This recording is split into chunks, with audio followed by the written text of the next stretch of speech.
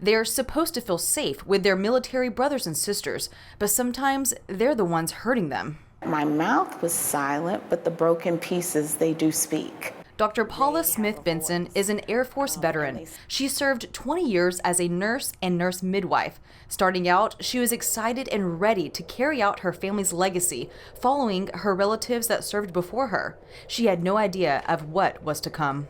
To me, it's friendly fire because in the military, we often refer to ourselves as a family. And I just didn't expect a brother at arms to end up being a perpetrator.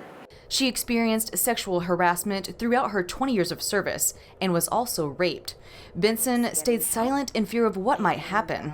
We would notice that if anyone reached out, even if it was for mental health services, there was a moving van that would show up in front of their houses. It was sort of a culture of secrecy because it just appeared that if you ask for help, you're out of here.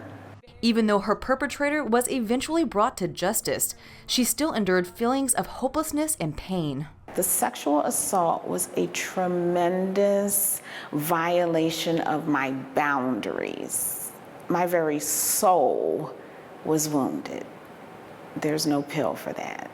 Leading to a loss of sleep, nightmares, fear, panic, and even attempting to end her own life. She hit rock bottom. When I hit rock bottom, the Veterans Health Administration was the rock at the bottom. It's a story that's all too familiar for Erica Carpenter, who is a retired Army veteran.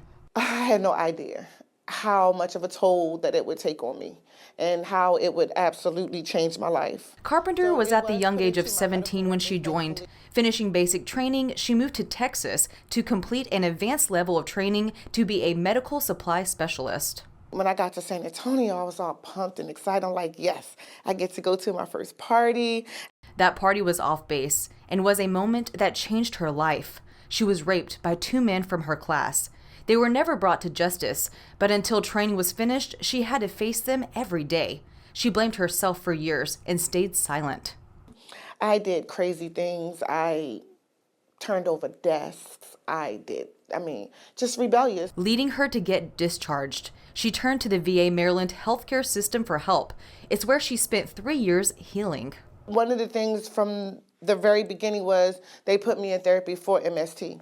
Because during that time, when I originally got out, there weren't a lot of services to talk about women in combat. But she wasn't going to let these hard times stop her from her dreams.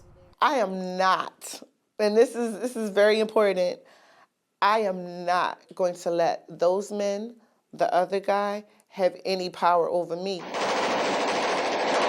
She returned to the Army, serving in Iraq before retiring after 17 years. Both Carpenter and Benson say it's the VA Maryland healthcare system that saved their lives.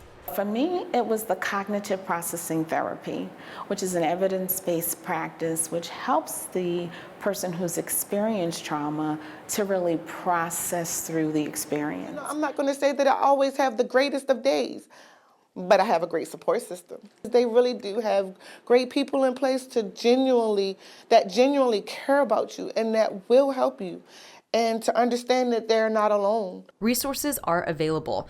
Therapy and support groups are just some of the services provided to veterans experiencing MST. What we will do at the VA, if somebody wants to come forward and seek care, is help work with them to identify what are all those ways that MST has impacted their life so that we can figure out what treatment might get them on the track towards that quality of life that they're looking for.